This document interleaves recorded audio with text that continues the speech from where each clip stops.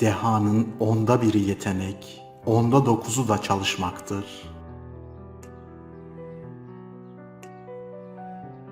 Mutsuz insanlar mutlu insanlara, umutsuz insanlar umutlu olanlara, negatif insanlar pozitif insanlara asla tahammül edemezler. Umudunu yitirme, umudunu yitirmeyeceğin gerçeği konusunda bile.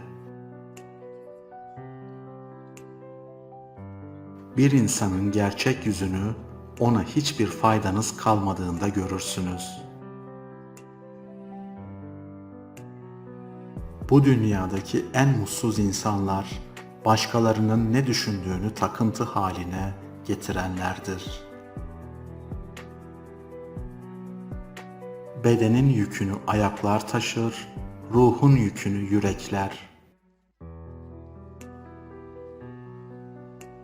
İyi bir davranış, dünyadaki bütün güzel sözlerden daha tesirlidir. İnsanlar sevdikleri şeyi yok etmeye, daha sonra da yok ettikleri şeyi yeniden sevmeye ve değer vermeye meraklıdırlar. Bütün sağlıklı kararlarını sakinken verebilirsin. Endişe içindeki zihin sürekli hata yapar. Acının içinden geçmezsen dışına çıkamazsın. Kişinin susması her zaman söyleneni onayladığı anlamına gelmez. Bazen canı aptallarla tartışmak istemiyordur. Sizi bir mikroptan hızlı, çok daha hızlı bir şekilde öldürecek şey kederli bir ruhtur. Sorun ne olursa olsun kalbinize her şey yolunda demelisiniz. Çünkü kalbiniz hassastır ve sözlerinize çabuk kanar. Düşünmek çok zordur. Bu yüzden insanlar yargılamayı seçer. Gideceğin yoldan eminsen engeller dinlenme noktan olmaktan öteye gidemez. Seçilmiş yalnızlık olgunlaştırır, içine düşülmüş yalnızlık çürütür. Olası en kötü şeyin başınıza gelmesinden korkmak yerine, olası en iyi şeyin beklentisi içinde olun.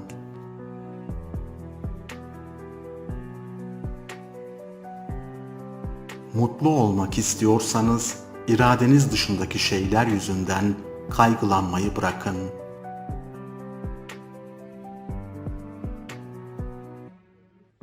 Az korkun, çok ümit edin, az yiyin, çok çiğneyin, az konuşun, çok şey ifade edin, az kızın, çok sevin, iyi şeyler sizindir. Bir şeyin imkansız olduğuna inanırsanız, aklınız bunun neden imkansız olduğunu size ispatlamak üzere çalışmaya başlar. Ama bir şeyi yapabileceğinize inandığınızda, gerçekten inandığınızda aklınız onu yapmak üzere çözümler bulma konusunda size yardım etmek için çalışmaya başlar. Mükemmel olamazsın ama hatalarını görüp iyi insan olmaya gayret edebilirsin. Bakmasını bilirsen huzur bulursun. Bakmasını bilmezsen kusur bulursun. Dik kafalı insanlarla tartışmam. Zihnimde hasar bırakmalarına izin vermem. Sadece dinlerim. Keşke yerine gelecek sefere demeyi alışkanlık haline getir. Çünkü keşke kaybolan ümitleri, gelecek sefere ise yeni ümitleri sembolize eder. Mutlu olmak her şeyin yolunda olması demek değildir. Mutlu olmak, görmezden gelme konusunda ustalaşmak demektir. Dünün üzüntüleri ve yarının endişeleriyle donatılmış bir kalpten bugün için bir şey bekleme. Güzel görünen herkes bir gün yaşlanacak. Ama iyi insanlar yaşlansalar da iyi insan olarak kalacaklar. Hayat senin yansımandır. Ne görmek istiyorsan onu konuş, onu düşün, onu hisset. Bilmek özgürleştirir. Yarım bilmek köleleştirir. Gerçek mutluluğun kendi içinizde yattığını fark edin. Huzur, mutluluk ve neşeyi dış dünyada aramayı bırakın. Paylaşın, gülümseyin, kucaklaşın. Mutluluk kendinize birkaç damla bulaştırmadan başkalarına dökebileceğiniz bir şey değildir. Umutsuzluk, insanoğlunun kendine karşı hazırlayabileceği suikastlerin en korkuncudur. Umutsuzluk manevi bir intihardır. Öyle bir dünyada yaşıyoruz ki başkası için 50 yıl çalışmak normal, kendin için 1 yıl çalışmak riskli kabul ediliyor. Biri beni dövdüğü zaman ona karşı kendimi kolaylıkla savunabilirim. Ancak biri beni övdüğü zaman ona karşı tamamen savunmasızım. Negatif insanlara maruz kalmak, radyasyona maruz kalmak gibidir. Kısa süreli dozlara dayanabilirsiniz. Fakat sürekli maruz kalmak sizi öldürür. Sözlerdeki incelik güven yaratır. Düşüncedeki incelik derinlik yaratır. Duygulardaki incelik ise sevgi yaratır. Bunlara sahip olan insan ise her zaman kendini aratır. İnsan isterse dokunduğu her yeri ve her şeyi güzelleştirebilir. Bir sözle, bir gülüşle, bir çiçekle ya da bir davranışla. Anlamak isteyen sesinden anlar, olmadı sessizliğinden. Seni anlamak için çaba göstermeyen birine derdini anlatma. Birinin kalbinde değilseniz yanında olmanız hiçbir şey ifade etmez. Kalbindeyseniz de ayrı olmanızın hiçbir önemi yoktur. Gittiği yolun farkında olmayan tesadüflerin yolcusu olur. Bırakmayı öğren, gidenleri, acıları, olmayanları, mutluluğun anahtarı budur. İnsanlar konusunda daha az, fikirler konusunda daha çok meraklı olun. Korkularla dolu bir kafada hayaller için yer kalmaz. Hayatta bir tek başarısızlık vardır, o da denememektir. Cesareti olmayanın hep bir bahanesi vardır. Diğer insanların hakkınızda ne düşündüğünü kafanıza takarsanız daima onların kölesi olursunuz. Bazen bir şeyleri oluruna bırakmak, onlara sarılmaya, uğraşmaya göre kat kat daha güçlü bir eylemdir.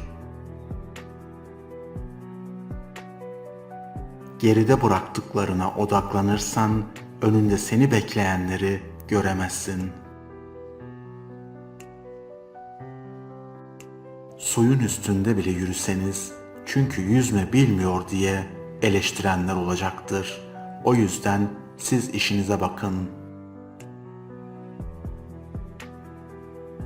Umut, her şeyin tam olarak doğru sonuçlanacağını ummak değildir. Sonuç ne olursa olsun, bunun bizim için bir anlam ifade edeceğini ummaktır. Bırak artık geçmişe takılmayı. Her yaşantı bir tecrübedir. Bugün geçmişi daha iyi analiz etmen çok normal. Çünkü bugünkü aklın dün olsaydı, dün yaptıklarını yapmazdın. Ama dün yaptıklarını yapmasaydın, bugünkü aklın olmazdı. Evrende en büyük ziyan, sorgulama yeteneğini yitirmiş bir beyindir.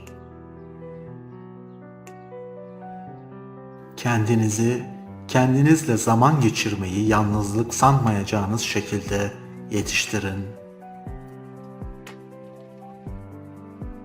Akıllı insanlar, aptal insanlar tarafından deli zannedilirler. At gözlüğü takmış, sabit fikirli insanlardan uzak durmak bazen en büyük kafa rahatlığıdır. Düşün, kim üzebilir seni senden başka? Kim doldurabilir içindeki boşluğu sen istemezsen? Kim mutlu edebilir seni sen hazır değilsen? Kim yıkar, yıpratır sen izin vermezsen? Kim sever seni sen kendini sevmezsen? Her şey sende başlar, sende biter.'' Zenginlik, kimsenin senden alamayacağı değerlerin toplamıdır. Senin bilgindir, ahlakındır, özgüvenin, terbiyen, letafetin, tebessümündür. Doğru yol seçtiklerimiz değil, bazen de vazgeçtiklerimizdir. Bir insan değişmeye başlamışsa, ya hayattan iyi bir ders almıştır ya da çok acı çekmiştir. Dünyada kesin olan tek şey geçmiştir. Fakat üzerinde çalışmak zorunda olduğumuz her şey gelecektir. Huzur ve mutluluk için 4 önemli madde. Kalbinden nefreti at, kafandan endişeleri at, hayatını sadeleştir, beklentilerini azalt. Gülümsemek, daha güzel bir görüntüye sahip olmanın bedava yoludur. Söylediklerinize dikkat edin, düşüncelere dönüşür. Düşüncelerinize dikkat edin, duygularınıza dönüşür. Duygularınıza dikkat edin, davranışlarınıza dönüşür. Davranışlarınıza dikkat edin, alışkanlıklarınıza dönüşür. Alışkanlıklarınıza dikkat edin, değerlerinize dönüşür. Değerlerinize dikkat edin, karakterinize dönüşür. Bencillik, insanın istediği gibi yaşaması değil, başkalarını kendi istediği şekilde yaşamaya zorlamasıdır. Vazgeçme, genelde kapıyı açan anahtarlıktaki son anahtardır çünkü. Unutulmak istemiyorsan ya okunacak şeyler yaz ya da yazılmaya değer şeyler yap. Hayattaki güzel şeyler siz negatif insanlar ve düşüncelerden uzaklaşınca başlar. Hayatını eğlenerek yaşamak istiyorsan kalbini hep çocuk tut. Hiç kimse bir gülümsemeyi satın alabilecek kadar zengin değildir. Ama çoğu kimse gözden yaş akıtabilecek kadar ucuzdur. Büyük adam en gösterişli devrinde tevazu gösteren, yaptığı ile şımarmayan adamdır. Hiçbir insana rastlamadım ki onda öğrenilecek bir şey olmasın. Akıllı bir beyne sahip olmak yeterli değil. Sıcak bir kalbe de ihtiyacımız var. Endişelenmenin boşa giden enerjinizden başka bir şey olmadığını unutmayın. Güneşin sana gelmesini istiyorsan gölgeden çık. İnsan kendinden başkasını örnek almadıkça ilerleyemez. Seni övdükleri sürece kendi yolundan gittiğini sanma sakın. Başkalarının yolundan gidiyorsun. Yalnızca akıllı insanlar öğrenmeyi sever. Cahiller ders vermeyi tercih eder. Verilmiş bir söz, ödenmemiş bir borçtur. İstediğiniz geleceği elde etmek isterseniz, geçmişi kontrol ediniz. Çünkü şu an geleceğin geçmişinde yaşıyorsunuz. Hayatımızı hep bir şeyleri erteleyerek, hep bir gün diyerek harcıyoruz. Ama aslında sahip olduğumuz tek şey şimdi, şu an ve burası. Dost dediğin, düştüğünde yanında olan değil, kalkman için el uzatandır. Bence ne yapılsa da iki insanın hakkı ödenmez. Bunlar öğretmen ve annedir. Bir şeyden onu görmezden gelerek değil, ancak onu yaşayarak kurtulabiliriz. Güzel şeyler geç gerçekleşir. Acele etmeyin. Ve bazen duygularımı kendime sakladım. Çünkü onları tarif edecek bir dil bulamadım. İyi adam olmak için kimseye kötülük etmemek yetmez. İyilik etmesini de bilmelidir.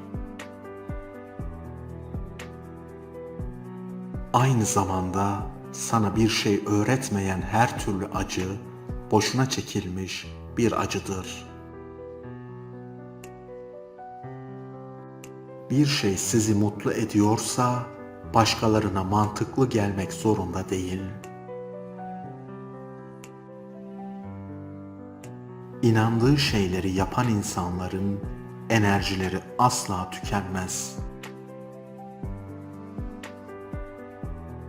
Gösteriş ve şatafat, cahillikten kaynaklanan aşağılık kompleksini örtme çabasıdır. Halid bin Velid'e filan kişi senin hakkında kötü konuşuyor demişler. Kendi defteridir, dilediğini yazar demiş. Birinin acı çektiğini anlamak, ona verebileceğiniz en iyi hediyedir. Anlayış, sevmenin öteki adıdır. Anlamıyorsanız sevemiyorsunuzdur. İlgi enerjidir. Biri sana sevgi dolu bir şekilde baktığında seni besler. Geçici öfkelerimizle kalıcı aptallıklar yaparız. İsmini de kusura bakma koyarız. Her güçlü insanın arkasında ona başka bir seçenek bırakmamış bir yaşam öyküsü vardır. Haksızlık karşısında eğilmeyiniz. Çünkü hakkınızla beraber şerefinizi de kaybedersiniz. Asla sessizliği cehaletle, sakinliği kabullenmeyle, Nezaketi zayıflıkla karıştırmayın. Merhamet ve hoşgörü zayıflığın değil, güçlülüğün işaretidir. Bir insan üzülmek yerine akıllanmayı tercih ettiği zaman ondan korkun. Çünkü söyleyecekleri can yakabilir. Işığını başkalarıyla paylaştığında kendi ışığından bir şey kaybetmezsin. Aksine ışığın harlanır, büyür ve karanlığı dindirir. O elbiseyi sonra değil, şimdi giy. O gezintiye sonra değil, şimdi çık. O kitabı sonra değil, şimdi oku. Onu özlediysen sonra değil, şimdi ara. Çünkü hayat sonraya kalmaz. Hayat planları beklemez ve hayat sonraları hiç sevmez. Her zaman pozitif olmak zorunda değiliz. Bazen üzgün, kızgın, sinirli, korkmuş ve endişeli hissetmek tamamen normaldir. Duygulara sahip olmak bizi olumsuz bir insan yapmaz, bizi insan yapar.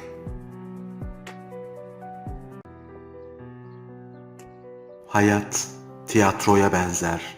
Parası olan en önde oturur. Dehanın %1'i ilham, %99'u terdir. Sabırlı adamın öfkesinden sakının. İyi görüneceğine iyi ol. Bir defa değil, yüzlerce defa yenilseniz de mücadeleyi bırakmayınız. Çocukların nasihatten çok iyi örneğe ihtiyacı vardır. Ne vakit kendinizi başkalarına göre daha aşağıda veya daha üstün görürseniz bilin ki egonuz devreye girmiştir. Öfke korkunç bir ateştir. Onu bastıran ateşi söndürür. Yapamayan içinde yanıp gider. Söylenen sözlerin önemini biraz da söyleyen kişiler belirler aslında. Sendeki güzellikleri takdir edemeyen birinin eleştirilerini önemsememelisin örneğin. Cesaretimi kaybetmiyorum. Çünkü vazgeçilen her yanlış girişimler doğru atılmış yeni bir adımdır. Madem insan doğdum, olabileceğim en iyi insan olmalıyım. Kirli çevre insanın ruhunu kirletir. Kirli ruhlar çevreyi kirletir. Huzurluyum çünkü başkaları ne der cümlesi yerine vicdanım ne der cümlesini tercih ederim. Eğer moralin bozuksa yürüyüşe çık. Hala kötüysen başka bir yürüyüşe çık. Hayallerini sev, onlara tüm gücünle inan. Her zorluğa rağmen peşinden git, gerçekleşecektir. Yargılamak için bilmek, bilmek için anlamak, anlamak için dinlemek gerekir. Dinlemeyen insanın da yargılamaya hakkı yoktur. Kaybetmeyi ahlaksız bir kazanca tercih et. İlkinin acısı bir an, ötekinin vicdan azabı bir ömür boyu sürer. En güçlü terapi insan sevgisidir. Sevdiğimiz bir kişinin elini tutmak bile stresi azaltan güçlü bir ilaçtır. Lütfen iyi kalpli bir insan olmaktan Asla vazgeçme. Biliyorum, bazen kötü biri olmanın daha avantajlı olduğunu düşünüyorsun. Ama bu dünyaya umut veren sadece senin gibi insanlardır. Birinin hayatına dokunduğun zaman sadece onun hayatına dokunmakla sınırlı kalmazsın.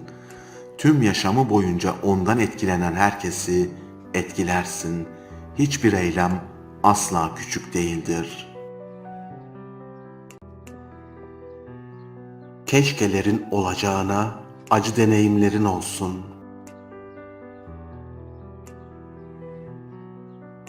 Vazgeçmeyi iyi öğren.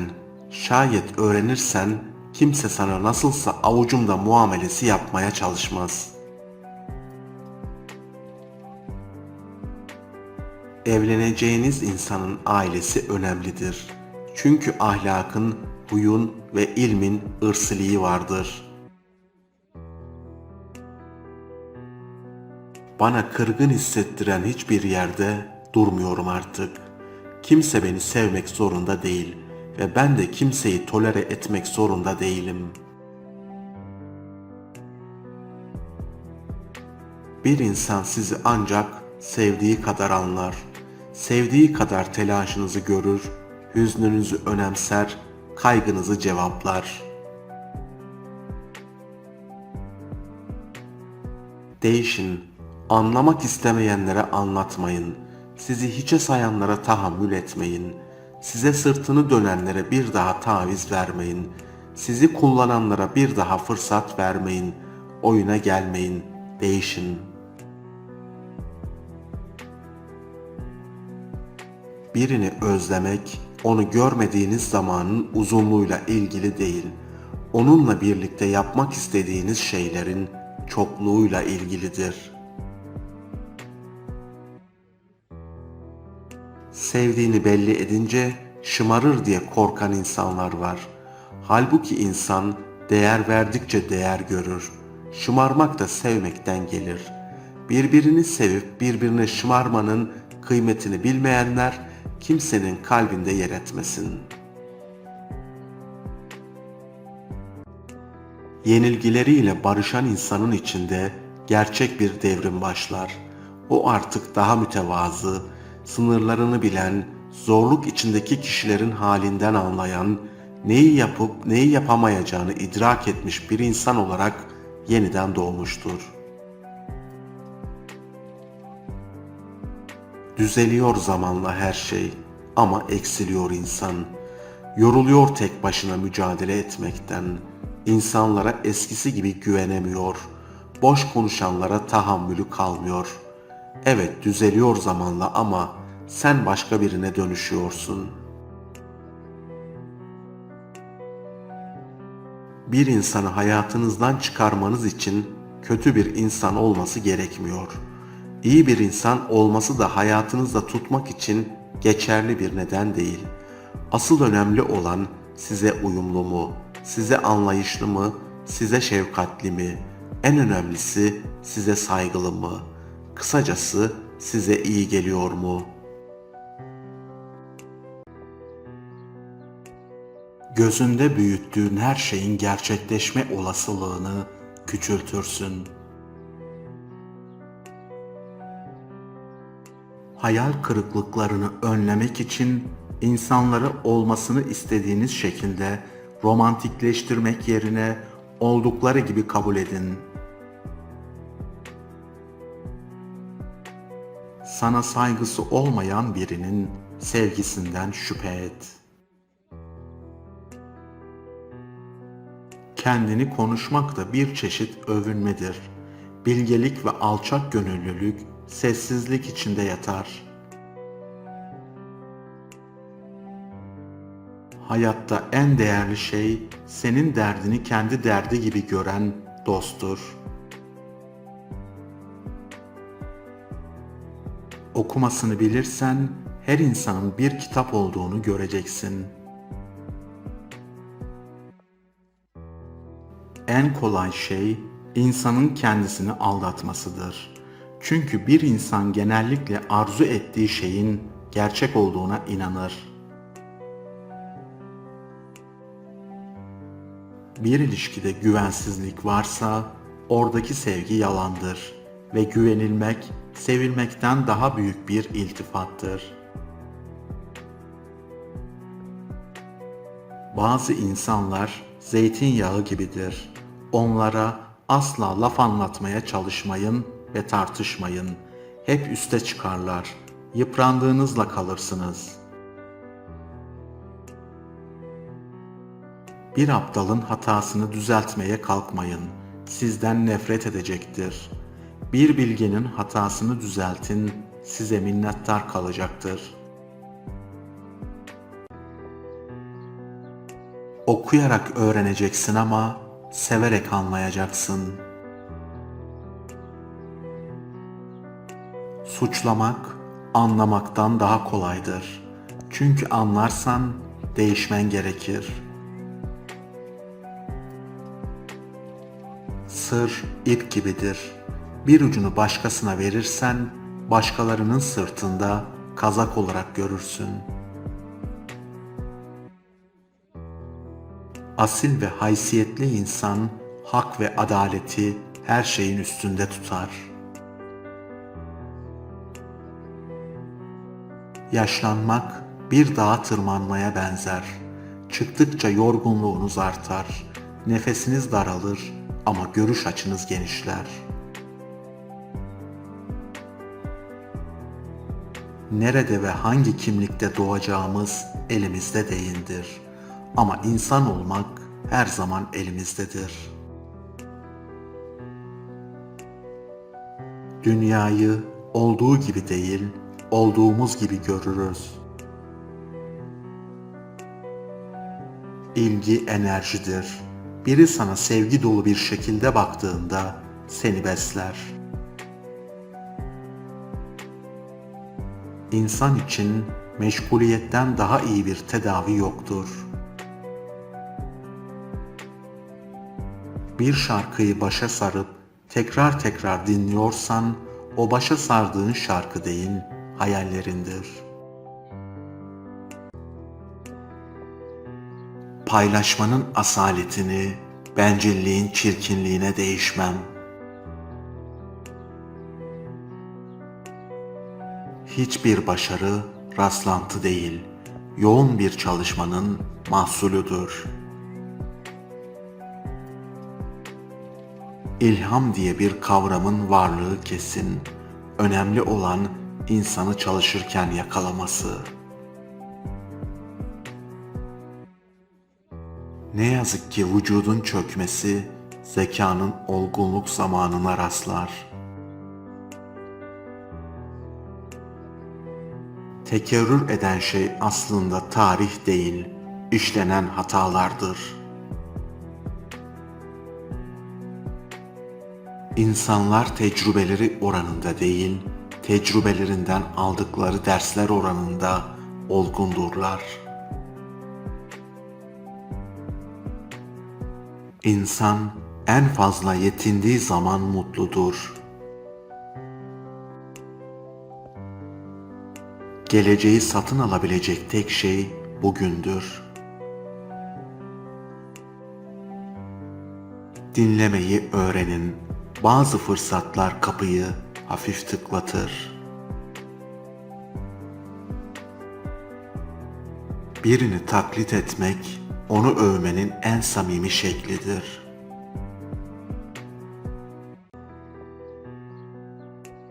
Elde edilecek bir menfaati olduğu halde adaleti düşünen insan gerçekten mükemmel bir insandır.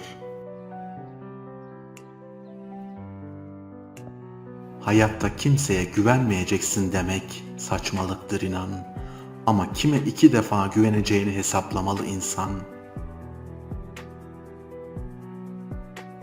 Sevmeyi falan değil, yalnızlığı öğren. Çünkü zor zamanlarda en çok ona ihtiyacın olacak. Yürekli bir kadının başı, yüreksiz bir erkeğin omuzuna ağır gelir. Nankörlük, zayıf insanların işidir. Güçlü insanlar içinde asla nankör olana rastlamadım. Sıkı çalışırken kimsenin umurunda olmazsın. Başardığında herkes gözlerini sana diker. Sessizliğinizi anlamayan insanlar söylediklerinizi de anlamazlar. Doğru insan, yanlış zaman. Doğru zaman, yanlış insan. İşte hayat böyle oyunlar oynar her zaman. Seni hayallerine ulaştıracak en önemli şey cesaretindir. Ruh eşi seni tamamlayan kişi değildir. Ruh eşi kendini tamamlaman için sana ilham veren kişidir. Akılsızlar, hırsızların en zararlılarıdır. Zamanınızı ve neşenizi çalarlar. Öyle insanlar var ki ne söylediği yalanlar biter, ne de söylediği yalanlar vicdanını rahatsız eder.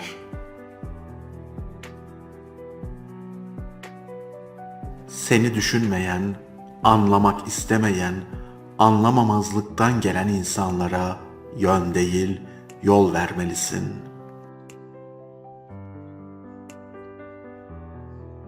Dostun üzüntüsüne acı duyabilirsin.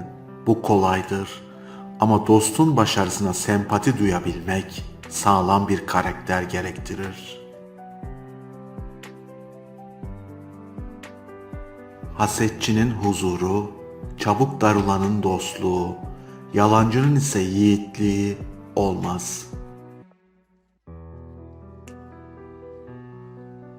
İnsanlar tecrübeleri oranında değil, tecrübelerinden aldıkları dersler oranında olgundurlar.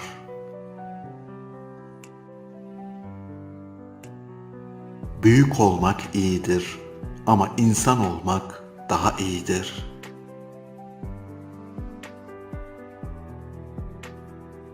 Ömür dediğin 3 gündür.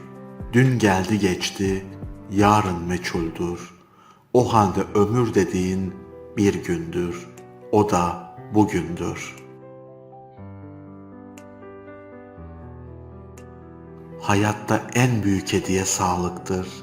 En güzel tavır kanaat, en iyi ilişki ise sadakattir.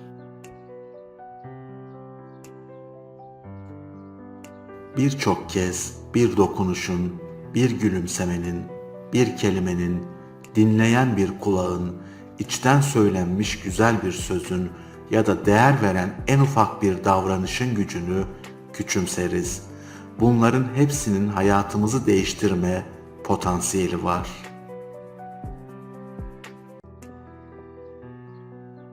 Güçlü olan, zayıf yanını herkesten iyi bilendir. Daha güçlü olan ise zayıf yanına hükmedebilendir. İnsanı makyajdan, pahalı kıyafetlerden daha çok güzelleştiren birkaç şey söyleyeceğim.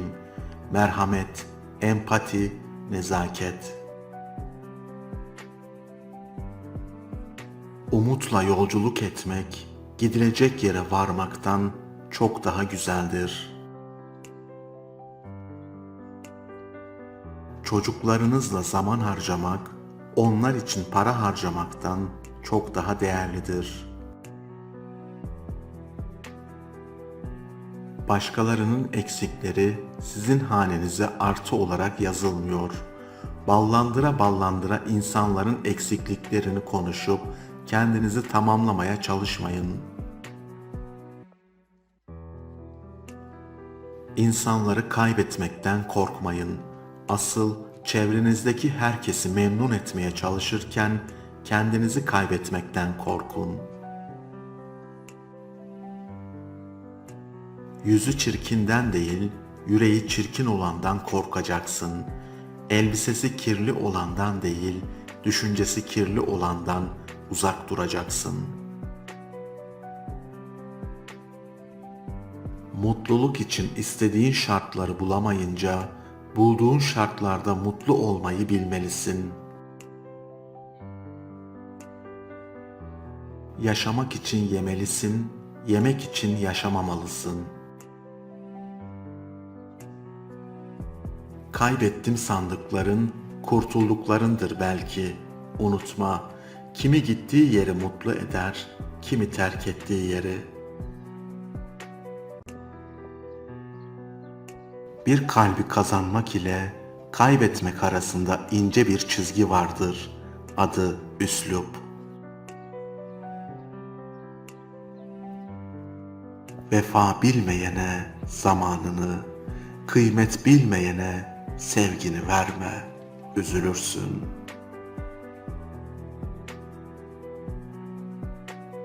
Sakın unutma, düşmanın akıllısı dost gibi görünür. Bir şeyi yüreğinde ve aklında bitiremedikçe gidişler ve kaçışlar çare değildir. Suskunluk her zaman bilgeliğin emaresi değildir. Fakat gevezelik daima aptallığın emaresidir. Denize veya okyanusa değil, sizi anlayan birine kıyınız olsun. Yanında oturup dinleyin, dinlenin. Anlamak ve anlaşmak iyileştirir. Söz sizin ağzınızda olduğu sürece sizin esirinizdir. Söz ağzınızdan çıktıktan sonra siz onun esiri olursunuz.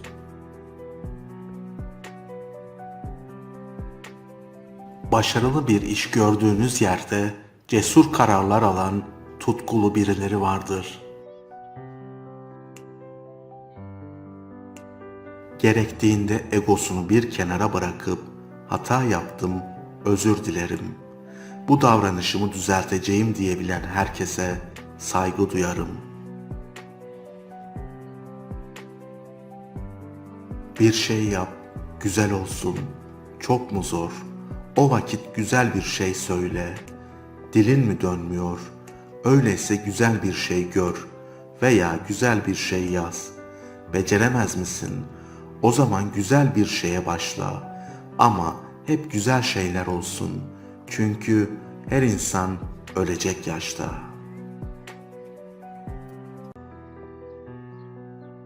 Ne kadar az şey bilirsen o kadar iyi uyursun. Bencillik, insanın istediği gibi yaşaması değil, başkalarını kendi istediği gibi yaşamaya zorlamasıdır. Sabırlı ol. Bazen en iyiye ulaşmak için en kötüsünden geçmek gerekebilir. Fikrini değiştirmeyenler hiçbir şeyi değiştiremez. Ön yargılarından kurtulamayanlar hiçbir insanı anlayamaz. En mutlu insan kimseyle yarışmayan, birileriyle savaşmayandır. Zaman hiçbir şeyi iyileştirmez. Sadece o acıyla nasıl yaşayabileceğini öğretir. Hiç beklemediğin şeyleri, hiç beklemediğin insanlar yapar. Şaşırma. Öfke, başkalarının hataları için kendinize verdiğimiz bir cezadır. Açıkçası kimse hayal ettiği gibi bir hayat yaşamıyor. O yüzden kendini çok da harap etme. Yolun sonu belli, herkes ölüyor. Bedelini ödemediğiniz hiçbir şeyin tadını çıkaramazsınız. Ne kadar sert ve agresif bir hayat sürersen sür. Bir gün ılımlı ve sabırlı yaşamayı öğrenirsin. Ne kadar kızgın ve sinirli bir hayat sürersen sür. Bir gün soğukkanlılıkla yaşamayı öğrenirsin. Bazı şeylere sabretmeyi, bazı şeyleri kafaya takmamayı öğrenirsin.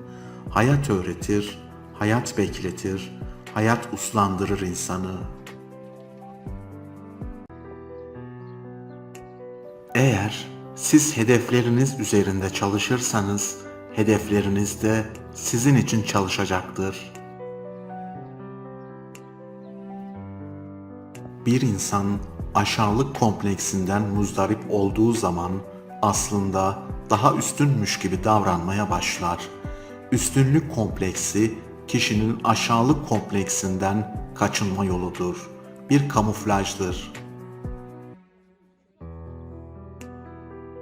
Gülümsemek ve sessiz kalmak iki güçlü silahtır. Gülümsemek birçok sorunu çözer. Sessiz kalmak ise birçok sorundan kurtarır. İşler zorlaşınca insanların niteliği ortaya çıkar.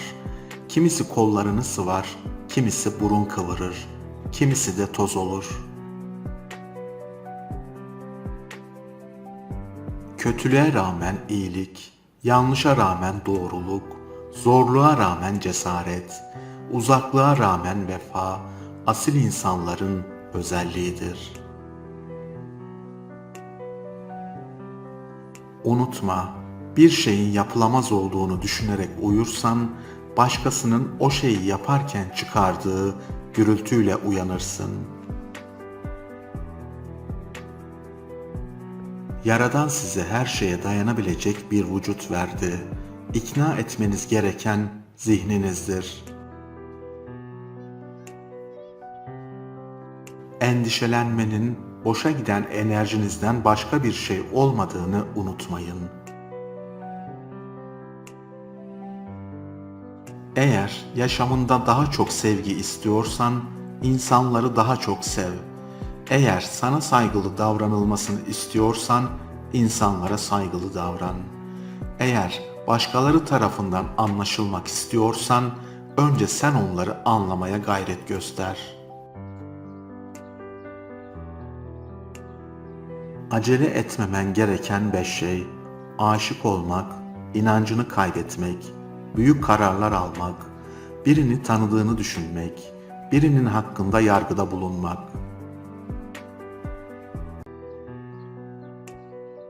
Bugünümüzü çalan iki hırsız var. Geçmişe ilişkin pişmanlıklarımız ile geleceğe ilişkin kaygılarımız. Bu iki hırsız her şeyimizi alıp götürür. İnsanlar üçe ayrılır: görenler, gösterince görenler ve asla görmeyenler.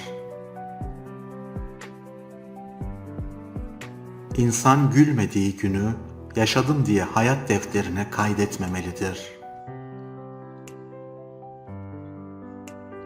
Dün ile bugün arasında bir kavga çıkarsa yarın kaybeder. Gerçek dost, içinden geldiği gibi konuşabildiğin insandır. Küsmese bari diye söylediğin sözlere dikkat etmek zorunda olduğun değil.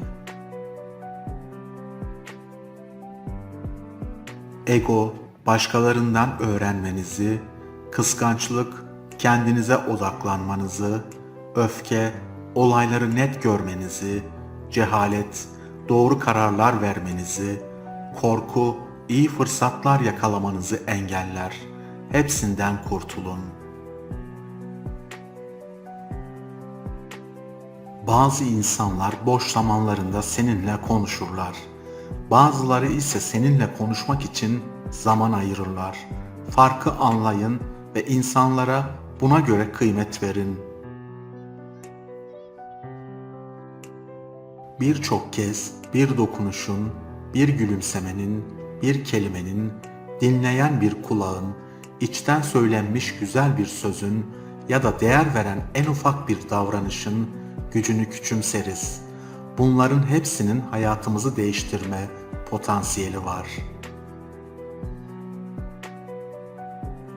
Eğer başka birinin hayatını biraz daha yaşanır hale getirme gücünüz varsa bunu yapın. Dünyanın buna ihtiyacı var. Çocukluğunda anne ve babalarının gözünde değer bulamayanlar, ömür boyu değerini başkalarının gözlerinde ve sözlerinde ararlar. Lütfen o anne ve babalardan biri olmayın. Fikrimi çalmaları mühim değil. Asıl mühim olan kendi fikirlerinin olmaması. İnsan servet ya da bilgisiyle değil, tavır ve davranışları ile asil olur. Hayatta öğrendiğim her şeyi 3 kelime ile özetleyebilirim. Hayat devam ediyor. Hayatta bulabileceğiniz en doğru kişi, sizi tüm hata ve eksiklerinizle sevebilecek olan kişidir. Ruhuna dokunan insanı bul, konuştuğunda gözleri gülen ve seni olduğun gibi seven. Depresif hissediyorsan geçmişi, kaygılıysan geleceği, huzurluysan bugünü yaşıyorsun demektir. Bazen insanlar çok güzel oluyordu, görünüşleriyle değil, söyledikleriyle de değil, sadece varlıklarıyla. 5 yıl sonra olacağın insan tamamen bugün okuduğun kitaplara, izlediğin filmlere, dizilere, zaman harcadığın insanlara, tükettiğin gıdalara, alışkanlıklarına ve giriştiğin yazışmalara, konuşmalara göre şekillenecek. İnsanı insan yapan, yüzüne güzellik katan ve onu sevdiren tek şey kalbinin temizliğidir. Yoksa hepimiz aynıyız. Etten ve kemikten oluşmuş bedenleriz. Bizi birbirimizden ayıran tek şey kalplerimizin özelliğidir.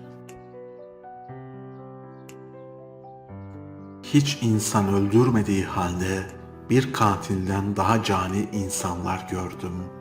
Umudumuzu öldürenleri gördüm. Birilerinin gözyaşları üzerine kurulan her mutluluk, günü geldiğinde en dayanılmaz acılarla intikamını alır. İnsanların da yan etkileri var.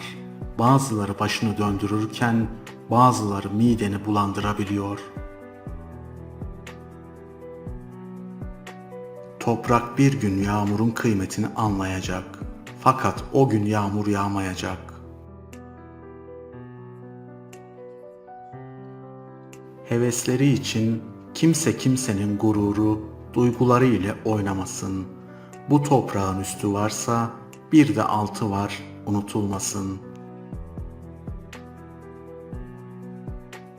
Belki de tek sorunumuz değil üzülmeye, üzerine düşünmeye bile değmeyen insanlara kalbimizin değmesidir.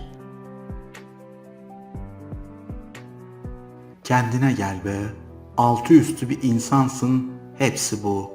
Vazgeçilmez sanma kendini, toprağın altı kendini vazgeçilmez sananlarla dolu. Paranla şeref kazanma, şerefinle para kazan ki paran bittiğinde şerefin de bitmesin. Tek noktaları sevmedim hiç. Benim için sadece 3 nokta vardır. Çünkü tek nokta sonu, 3 nokta sonsuzluğu anlatır. İnandığımız şey gerçekleşir. Çünkü inançlar kalpten yayılan, ölçülebilir en güçlü enerjiye sahiptir. Yaptığın en küçük harekete bile kalbini, aklını ve ruhunu kat. Başarının sırrı budur. Mutluluk kapısı kapandığında bir diğeri açılır. Ama biz kapanan kapıya o kadar bakarız ki açılmış olan yeni kapıyı görmeyiz. Dünya insanların bakışına göredir. Aynı pencereden bakan iki insandan biri çamuru görür, öteki yıldızları. İki sebep için değişiriz. Ya yeterince öğrenir ve değişmek isteriz ya da yeterince yaralanır ve değişmek zorunda kalırız. Deli dedikleri etrafında neler döndüğünü çözmeye başlamış bir insandır. Hepsi bu. Nasıl kafa sayısı kadar düşünce varsa, kalp sayısı kadar da sevgi çeşidi vardır. Değişimin sırrı eski ile savaşmak değil, tüm enerjini yeniyi inşa etmeye odaklamaktır. Affetmek için iki kişilik erdem lazım. Hem onu affetmek, hem onu affettiği için kendini affetmek. Tartışsanız bile kısa bir süre sonra hiçbir şey olmamış gibi davranabildiğiniz insanlar varsa, aranızdaki sevginin hırstan ve kibirden üstün oluşundandır. O insanları kaybetmeyin. Bir dostun üzüntüsüne herkes katılabilir. Başarılarına ise ancak yüksek ruhlu olanlar sevinirler. Sadece şefkat iyileştiricidir. Çünkü insanın içindeki tüm hastalıklar sevginin eksikliğinden kaynaklanır. Hayatında olup biten şeylerin dilediğin şekilde olmasını isteme. Nasıl oluyorlarsa öyle olmalarını iste. Böylece her zaman mutlu olursun. Gülümse. Çünkü sen üzüldün diye dünya değişmeyecektir. Ama sen gülümsersen senin dünyan değişecektir. İnsanların her zaman tavsiyeye ihtiyaçları yoktur. Bazen sadece ellerini tutan bir ele, kendilerini dinleyen bir kulağa ve onları anlayan bir kalbe ihtiyaçları vardır. Hayatta saadeti yapan şeyler çok küçük parçalardır. Bir iyilik, bir gülümseme, tatlı bir bakış, iyi bir dilek. Aslında mutlu olanlar bu küçük şeylerin huzuruna varmış olanlardır. Sorunumuz anlaşamamak değil. Konuşsak anlaşırız, dinlesek çözeriz. Ama anlamaya, dinlemeye, sorunları çözmeye gerek duymuyoruz. Bütün ilişkileri mücadele haline getirip haklı olmayı, mutlu olmaya tercih ediyoruz. Yani anlamaktan kaçıyoruz. Çünkü anlamak eylem gerektiriyor. Bir gemi kıyıda her zaman güvendedir. Ancak bunun için yapılmamıştır. Kıskanılmak doğru şeyler yaptığınızın göstergesidir. İnsanlar asla kaybedenleri kıskanmaz. Kalabalıktan uzak duran, kendi dünyasında yaşayan, çekingen kişileri antisosyal diye yaftalamadan önce düşünün. Belki de toplumsal ilişkilerdeki sahtekarlık ve ikiyüzlülük midelerini bulandırdığı içindir.